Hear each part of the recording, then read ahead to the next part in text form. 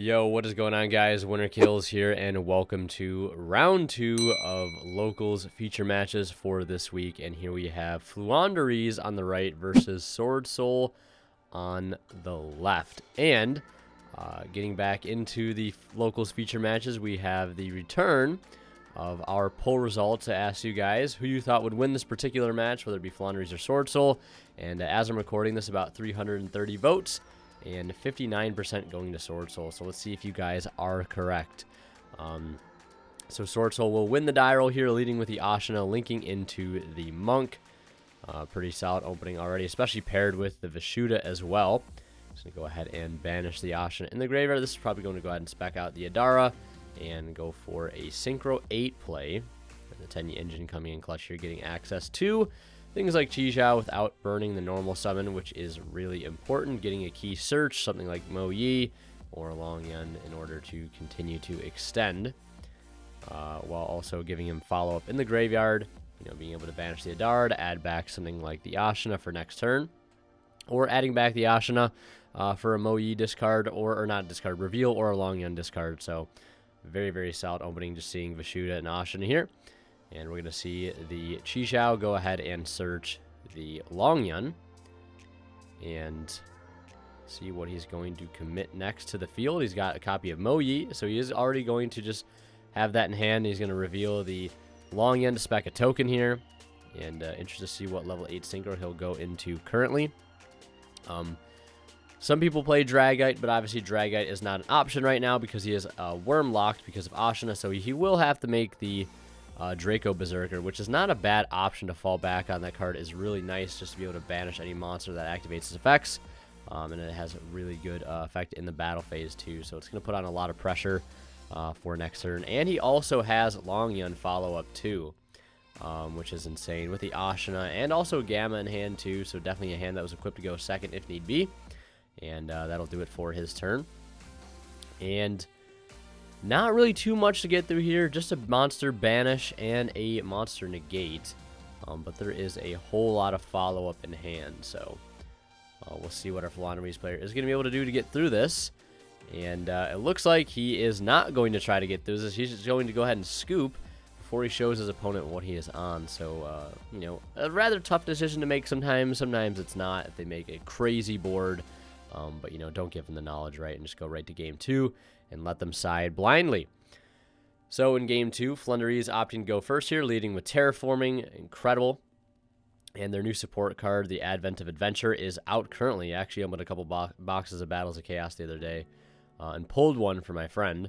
Outside of that, did not pull Super Stellar. There's pretty much no value inside Battles of Chaos, which is really unfortunate. Maybe time will, you know, fix that, and the set will age well. Who knows? But I did pull the Swordsoul Synchro, the new level 10 Synchro, which I think is kind of insane. Yeah, so Floowandereeze leading here with the map, getting access to Eaglin, Chainlink 1 Eaglin, Chainlink 2 Robin.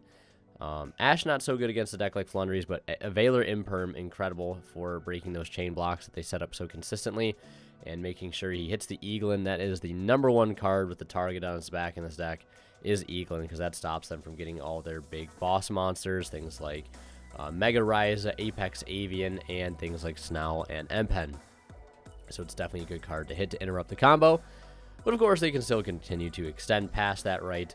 Yeah, so we're going to see him get to the Wind Barrier statue and then follow up here with a copy of Pot of Prosperity. He's going to go ahead and banish 6, it looks like. And yeah, going for the full 6 here. Trying to find something. Reaper, Featherstorm, Book of Moon, the Dreaming Town, and it looks like he is going to go ahead and take that Featherstorm. Yeah, that is rough. And I see basically a full hand of monsters besides an Emergence for our Swordsoul player here. Did you draw the red reboot? No. Okay. Yeah, that's going to be a turn skip here, which is really unfortunate. Featherstorm is such a degenerate card. You know, even with the bird deck not being as popular as it was, definitely still a playable deck by all means. Featherstorm is just inherently, just by reading the card itself, is an inherently insane card. Yeah, Calamities in trap card form. But we do have our Swordsoul player here leading with a copy of the Ecclesia. and normal summoning it, going into the battle phase here, swinging over the Wind Barrier statue for 800 damage, I believe. And interesting thing here, yeah, I don't think it mattered, honestly. With, you know, Eaglin getting stopped and all that stuff, he doesn't really have a follow-up for the map play there on that normal summon. Usually normal summoning into a board that has map is very scary. But in this case, because he did have that clutch imperm, probably slowed him down a little bit. So he tries to resolve the Ecclesia. He gets Feather Stormed, and then we're going to see a Pot of Duality to start things off for our Floowandereeze player here. And he's going to go ahead and get into the Apex Avian and Chainlink 1, Eaglin, Chainlink 2, Robina. And yeah, at this point, this is where the deck gets scary. You start to spiral out of control. When the engine gets going in Floowandereeze, it's very scary. Like, it goes off. Because not only do they play their entire combo on their turn, but they do it all again on your turn, and it ends in a Mega Ryza, which you usually kind of lose to. So, gonna go ahead and normal the Robina, add back the Stree, and get the Toucan there. Normal summon the Eaglin. Eaglin's going to try to activate here. We're going to see a Gamma activate, and Apex Avian is going to do its job to negate and protect the Eaglin, and that's going to grab him a copy of M-Pen here, and he's going to tribute off those two for M-Pen, and then activate his effects. Well, just the M-Pen here, it looks like, and then additional normal the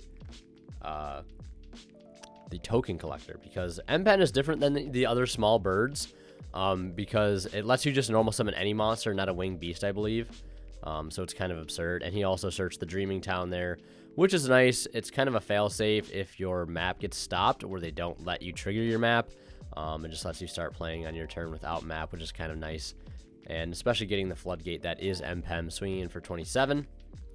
And yeah, putting our Swordsoul player in a rather tough spot, because Token Collector is just out on the field now. And that's just one thing to deal with already. And then he also has to worry about M-Pen, and he knows his opponent has Mega Ryza, I believe. No, he might not have Mega Ryza. He knows he has Apex Avian, though. He knows he has like a ton of cards in hand right now. An Apex Avian mid-combo paired with Token Collector, paired with M-Pen, paired with the Dreaming Town Trap. Like, that's a lot to deal with for Swordsoul right now.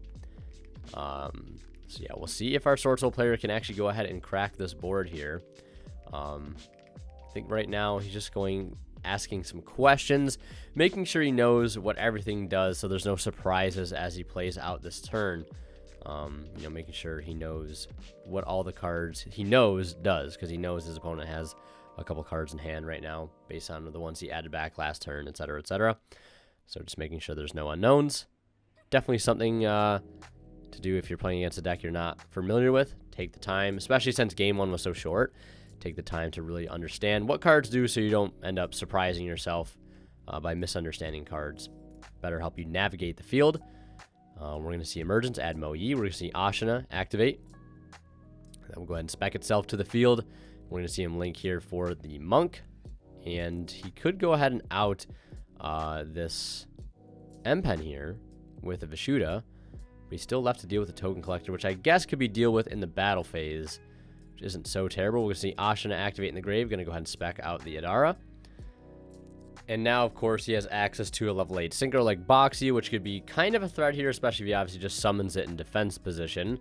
But we are going to see that Dreaming Town activate. That's going to allow him to normal summon the Stree, Chainlink 1 Stree, Chainlink 2 Eaglin.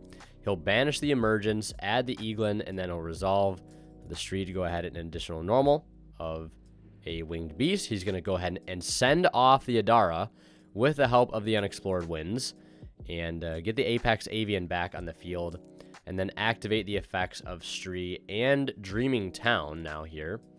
Dreaming Town says you can banish this card, change all monsters your opponent controls to face down defense position. Yeah, so he's going to go ahead and book that Vishuda, prevent him from linking that off, to go ahead and bounce another threat. And we'll see what our Swordsoul player has here to continue for follow-up. The Adara is nicely have been, put back in the grave for him to go ahead and add back the Ashina. So that is kind of nice. He does have Mo Yi in hand. First, he's going to go into the battle phase to clear that Token Collector, because that is a bit of a problem right now. So I believe Token Collector is currently at 0. So he will not be able to, well, he'll just take the full 1,000 damage. And also because the effects of the Floowandereeze, I believe that say you cannot special summon the turn you activate this effect. Yeah, you can only... you cannot special summon the turn you activate this effect. So the token collector will not be able to activate here, which is good for our Swordsoul player. But what is unfortunate is that he had to normal summon the Mo-Yi, which is going to trigger the field spell. And then we're seeing Robin get normal summoned, adding a copy of Stree from the deck, or adding a copy of Stree, and then normal summoning Eaglin. And then I think there's a little bit of confusion here about how these chain links are happening, because I think our Swordsoul player has a response. And yeah, so I think he wants to go back and clear this chain link up, or how this whole play started. He added the Mega Raiza off the Eaglin, added the Stree off of the Rabina, and I think the question here is whether or not he had something banished to be able to chain block the Eaglin, and I don't think he did. So when he uses Eaglin, we are going to see Ash on the Eaglin, Apex Avian, still going to be able to negate, but just wanted to make sure he had that opportune time to respond, because I believe he did. But Eaglin's still, of course, going to resolve, grabbing Mega Raiza, and he's going to go ahead and send off the token, I believe, or the Mo-Yi itself here, to go ahead and tribute summon the Apex Avian back to the field, which is super rough, because that send effect for Unexplored Winds is not a once per turn, which is kind of crazy. So as we get into Game 3 here, I want to mention a quick shout out to Imperium Duelist, guys. Check them out at the link below. Came out with brand new bordered sleeves, kind of themed for Valentine's Day. The Cherubin design, it's back with a slightly different, artwork. They got new deck boxes, new Pegasus sleeves. Check them out at the link below. And don't forget to use my discount code WinterKills10 off at checkout to save 10% off your entire order and support the channel in the process. And you can come in clutch here, just like this Forbidden Chalice is about to, by using my affiliate links to TCG Player or the Coldest Water down in the description below. And if you guys shop and check out using those links, a small bit of the revenue from your purchase will go right back in the channel and helps out a ton. So Forbidden Chalice, allowing our Swordsoul player here to keep playing, getting into Chi-Xiao, Chainlink 1 Chi-Xiao, Chainlink 2 Mo-Yi. Go ahead and pick up a draw, and then, of course, a nice little search off of Chi-Xiao. We'll see what he's going to go ahead and grab here. We go for the Longyan. We go for Blackout. He is going to go ahead and grab a Longyan here. Probably going to try to get access to something like Baron de Fleur. He does have Ashina. He does have Vishuda and Cosmic Cyclone. Open up a really stellar hand here. That Forbidden Chalice coming in so incredibly clutch. Longyan pitching Vishuda, speccing the token. We'll go ahead and go for a Synchro 10 here. For the Baron de Fleur, he'll burn 1,200, minus 1,200 dot deck. And yeah, he's got Ashina, Vishuda, I believe in hand still, yeah. And he's got the Cosmic Cyclone. And he's going to go ahead and set that and pass turn. I believe it's Ashina, unless there's something, I'm literally just have terrible memory here, but I think he has a Lancey in hand. I could be wrong, though.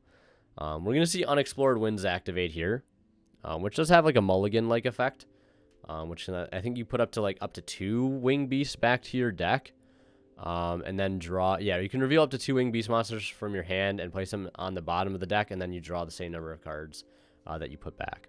And then obviously you can just send cards your opponent controls to tribute summon, which is kind of nice. We are going to see the Cosmic Cyclone get burned on that. He'll pay a fatty rack, get rid of that. Because that does pose a threat inherently to just his field as is. We'll see Robin get normal summon here. Chi-Xiao going to negate immediately. Put him on having another form of normal summoning, if possible. I mean, if he does not, that might just outright end his turn. Hard to tell, though. Yeah, so he did pitch the Vishuda. So he does have a Lancey in it, I think. Lancia, kind of huge against this deck. Good for stopping map and putting all their Floowandereeze names in the graveyard where they do not want them to be. So yeah, it was a Lancia. So open up a pretty stacked hand here. And now at this point, his opponent is only at 6,800. But with Ashina and Vishuda being the way that they are, there's no tokens on the field, there's no non-effect monsters, so they're pretty much useless currently, which is unfortunate. Sometimes the Swordsoul deck can stop itself from playing, but, you know, you do have Chi Baron live right now, which is a pretty good thing to have with some follow-up too. So we are going to see Baron activate, popping the Robina, go battle phase, swing in for 58, putting his opponent down to 1,000. And putting him on a 1-turn clock. You're essentially going to draw for turn. And he's going to go ahead and concede, realizing there's not much else can be done. I think double Mega Rise in hand. That's really, really rough. So, yeah, Swordsoul taking this one 2-1. If you guys want to see more of my content, click on one of the videos popping up at the bottom of the screen right now. And, of course, last but not least, a huge shout out goes to our Divine Level channel members, and they're Tweeter0226, Pony Start, Cadillacs84, Keith Sidgers, and Black Ninja Money. Thank you guys so much for your extremely generous support of this channel.